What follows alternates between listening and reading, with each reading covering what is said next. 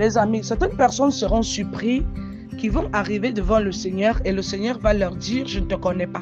Et quand le Seigneur va leur dire, je ne te connais pas, ils ne vont jamais se rappeler qu'ils n'ont jamais fait quelque chose de mal parce que pour eux, ils ont fait tout ce que le Seigneur a demandé. C'est-à-dire, ils ont visité la veuve et l'orphelin, ils ont pris part aux banquets, ils ont payé les dîmes, ils se sont confessés, ils ont pris la communion, ils ont pris la peine de parler avec des paroles. Mais pourquoi le Seigneur ne me reconnaît pas comme une personne qui détient et qui doit porter la robe blanche de l'agneau pour les noces de l'agneau de Dieu, pour les noces de l'agneau?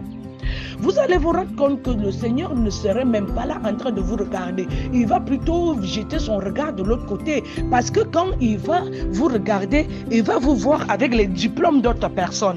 Il va vous voir avec le mariage d'autres personnes qui a même été célébré même jusqu'à l'église. Et les prêtres ont déclaré cela comme un mariage que personne ne doit jamais séparer. Ce que Dieu nie, Dieu était là, qui sait? Parce que l'apparence ici parfois elle est trompeuse, mais on dit déjà on est obligé de garder nos distances face à certaines choses parce que c'est ce qui doit être.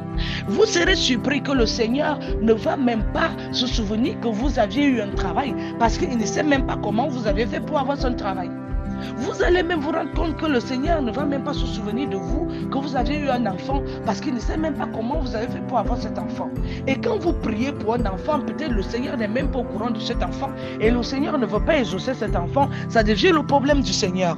Vous allez vous rendre compte que le Seigneur ne va même pas se souvenir de votre famille, le nom de votre famille, parce qu'il n'est même pas au courant qu'il y a une famille sur terre qui existait comme ça.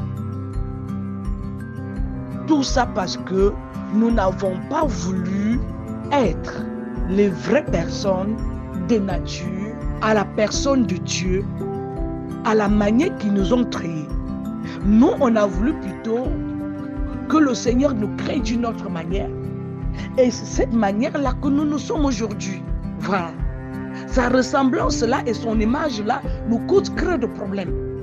Nous ne voulons plus de ça dans notre vie. C'est ce qui nous empêche d'être avec le Seigneur.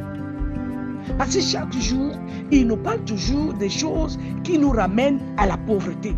À la pauvreté. À la pauvreté de cœur. À l'amour. À l'union.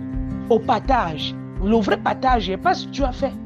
Et quand le Seigneur va te demander pourquoi tu es toujours assis là et que tu attends qu'il te réponde, tu vas dire toi-même tu ne connais pas. Il va donc mettre ton film devant toi. C'est pour ça que quand je suis contre l'éveil de conscience, les gens ne comprennent pas pourquoi. Parce que pour le Seigneur, il ne sait pas pourquoi ça sert. Par les vrais éveils de conscience, parce que moi je dis toujours, le vrai chrétien, c'est lui qui est éveillé consciemment et celui qui pratique l'éveil de conscience. Et ça va beaucoup surprendre les gens. Alors qu'ils ont tellement fait du bien, mais à la suite, ils ne sont pas devant les yeux de Dieu. Et le Seigneur ne va jamais leur reconnaître. Et ça va leur surprendre. N'hésitez pas de nous suivre chaque jour pour plus de conseils pratiques qui vous aideront à coup sûr au quotidien.